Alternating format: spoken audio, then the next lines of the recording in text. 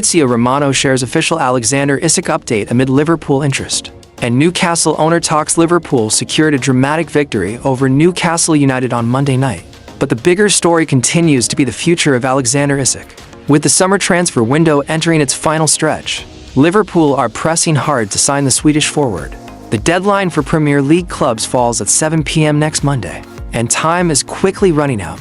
The Reds have already tabled a huge £110 million offer for Isak, only for Newcastle to turn it down immediately.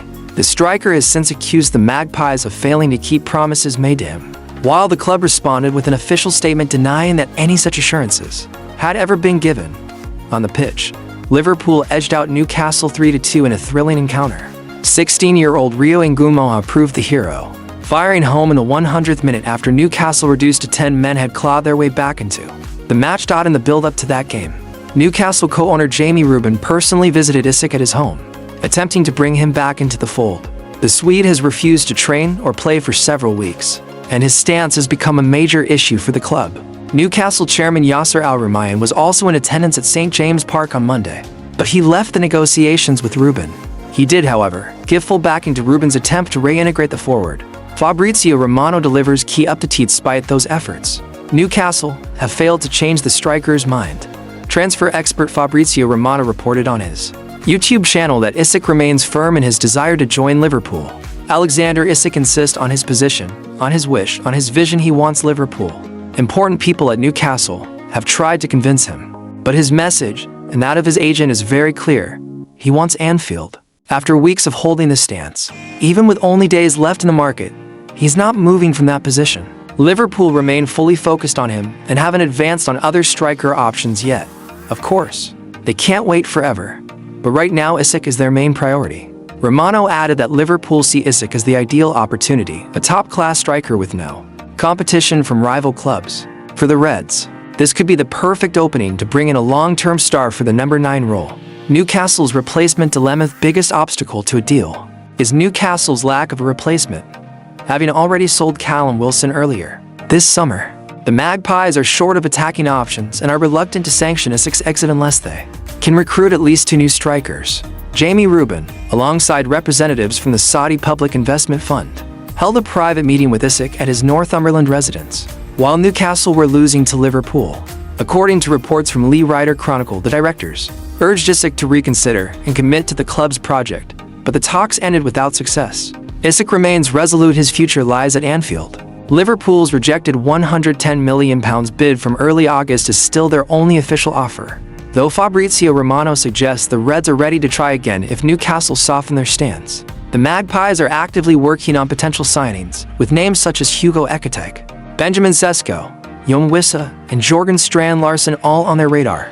So far, however, none of those pursuits have been successful. A possible breakthrough could come if Brentford secure Borussia Dortmund's Max Bayer, which might release Wissa to Newcastle. Meanwhile, Chris Waugh, The Athletic, reports that talks with Wolves over Strand Larsen have been positive, with Newcastle open to flexible structures such as loans with an option to buy. Their urgency underlines the pressure they face in this window. Elsewhere, Juventus have offered Dusan Vlahovic as a potential solution, a move that could pave the way for Isak's departure if Newcastle agree to a deal. With less than a week until the transfer window slams shut, Liverpool are waiting in the wings. Isak, meanwhile, has made his choice crystal clear. He wants to wear the red shirt of Liverpool. The coming days will determine whether Newcastle can find the replacements they need, or whether the Swedish forward's dream move will be delayed. Manchester United transfer update. Garnacho edging closer to Chelsea. As squad shakeup intensifies, Ruben Amorim's Manchester United are in the middle of a crucial transfer window, balancing player sales to generate funds for reinforcements. One of the major headlines centers on Alejandro Garnacho, who is strongly linked with the move to Chelsea. According to The Guardian, the London club have submitted an opening bid of £35 million, but United are standing firm, valuing the winger at £50 million. That figure is based on recent market benchmarks, such as Noni Maduek's £50 million transfer to Arsenal, and Anthony Elanga's £55 million move to Newcastle.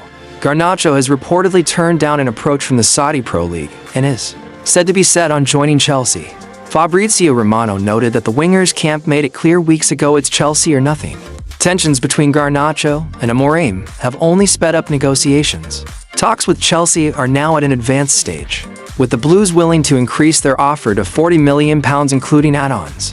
Another likely departure is Antony. After a successful loan spell at Real Betis last season, the Brazilian winger is eager to return. Amorim has not reintegrated him into the squad, and negotiations between United and Betis are underway for another loan deal.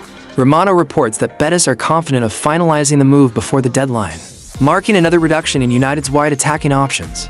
Perhaps the most surprising situation is that of academy graduate KBU, also referred to as Mo. Despite his potential, he is yet to feature in United's first two Premier League matches. Amorim has opted for Casemiro alongside Bruno Fernandes in midfield and has stated that Mu is directly competing with Fernandes for a starting role. While he hinted at the possibility of Mu playing alongside the captain in certain games right now, they're fighting for one position. United's ongoing pursuit of a new midfielder could limit Mu's opportunities further. With under 2 years left on his contract and no progress on an extension, the club may consider selling him while his value remains high. Meanwhile, Casemiro retains his place in the squad despite visible signs of decline over the past 2 seasons. The 33-year-old, who turns 34 in February, is entering the final year of his deal. Many expected United to move him on this summer, but Amorim has continued to start him, delaying a transition to a new look midfield. With less than a week left before the transfer window shuts, United are juggling several pressing issues, finalizing Garnacho's departure, agreeing to Antony's loan, making a decision on Mu's future, and signing a new central midfielder. Chief Executive Omar Barada previously stated that any sales would only happen if they improved the squad. The coming days will show if the club is sticking to that strategy. Goalkeeper situation. Sen Lammens Neer's move is uncertainty. Grouse amid all this, United are close to completing a deal for Royal Antwerp goalkeeper Sen Lammens. The Belgian shot stopper was absent from Antwerp's recent match against Mechelen.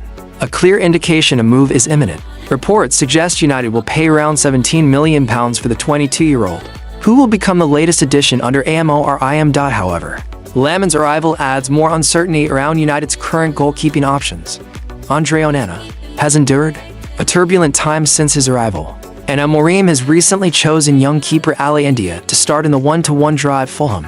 Neither player has convinced the club hierarchy, and the goalkeeping spot remains unresolved. United had previously shown interest in high-profile names like Gianluigi Donnarumma and Emiliano Martinez, but Lammens' lower wage demands have made him a more practical choice in a summer where the club's finances are under scrutiny.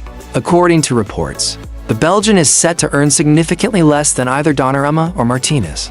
While United's pursuit of Donnarumma has cooled, he may still end up in the Premier League but not at Old Trafford.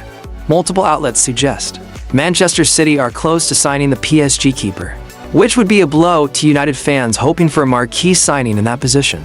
Ongoing uncertainty. Key players and Neville's warning off the pitch. More uncertainty looms. Captain Bruno Fernandes continues to attract interest from Saudi clubs. Garnacho, Antony, Jadon Sancho, and Rasmus Højlund are all reportedly being considered for potential exits. Among them, Garnacho's situation has generated the most buzz.